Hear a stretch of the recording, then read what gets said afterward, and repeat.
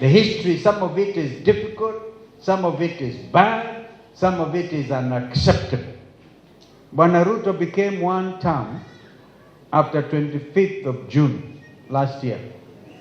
That is when Parliament was impeached. And you remember, zote tunaishi nchi hii. We know what happened. From that time, things changed. And they can never be the same.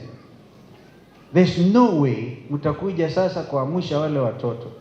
No amount of compensation monetarily. Although as lawyers, we will go for exemplary damages. Exemplary damages.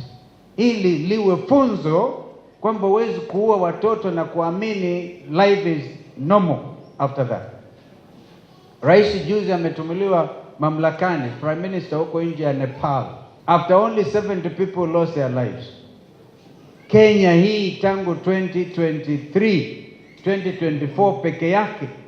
Na hata kabla ya kuangalia huko nyuma, ni watu wangapi wa Kenya wamemwaga damu kwa sababu ya siasa.